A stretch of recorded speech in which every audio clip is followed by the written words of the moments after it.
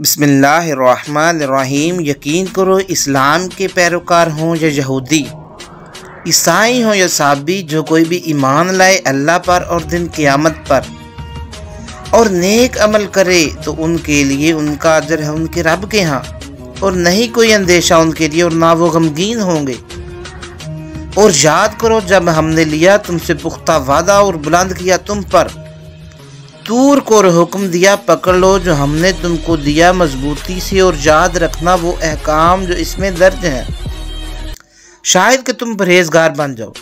پھر منہ موڑ لیا تم نے پختہ وعدہ کرنے کے بعد، تو اگر تم پر اللہ کا فضل اور اس کی رحمت نہ ہوتی تو تم ضرور ہو جاتے نقصان اٹھانے والوں میں، اور تم خوب جانتے انہیں جنہوں نے نافرمانی کی تھی ہفتہ کے قانون کی، تو ہم نے حکم دیا انہیں کہ بن جاؤ بندر پھٹکارے ہوئی۔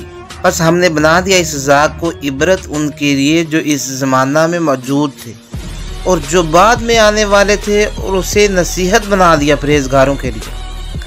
اور یاد کرو جب کہا موسیٰ علیہ السلام نے اپنی قوم سے کہ اللہ تعالیٰ حکم دیتا ہے تمہیں کہ تم ذبح کرو ایک گائے، وہ بولے کیا آپ ہمارا مذاق اڑا رہے ہیں؟